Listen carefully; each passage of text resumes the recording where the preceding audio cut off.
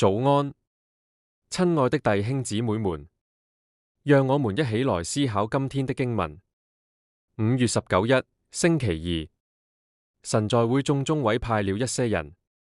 哥林多前書12章28節。問題：如今服侍人員的主要職責有哪些？自第一世紀以來，委派服侍人員一直是教會順利運作的關鍵保障。提摩太前書3章8節，使徒保羅稱這些寶貴的職位為輔助職分，因為這些弟兄姊妹負責處理許多必要的實際和組織工作。有了他們的支持，長老們得以從一些行政事務中解脫出來，從而能夠全心全意地專注於他們的主要職責，教導和牧養會眾。今天，這些弟兄姊妹的工作仍然是教會的重要力量。彼得前書4章10節，他們負責管理會眾的帳目，並組織和分配傳道區。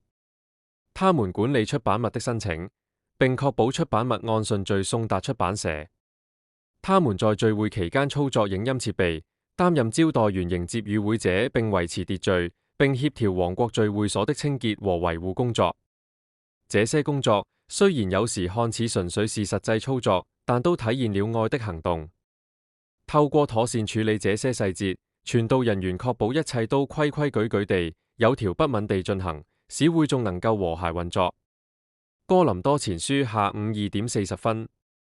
那些默默無聞卻持之以恆地服侍他人的人，是會眾的珍貴禮物。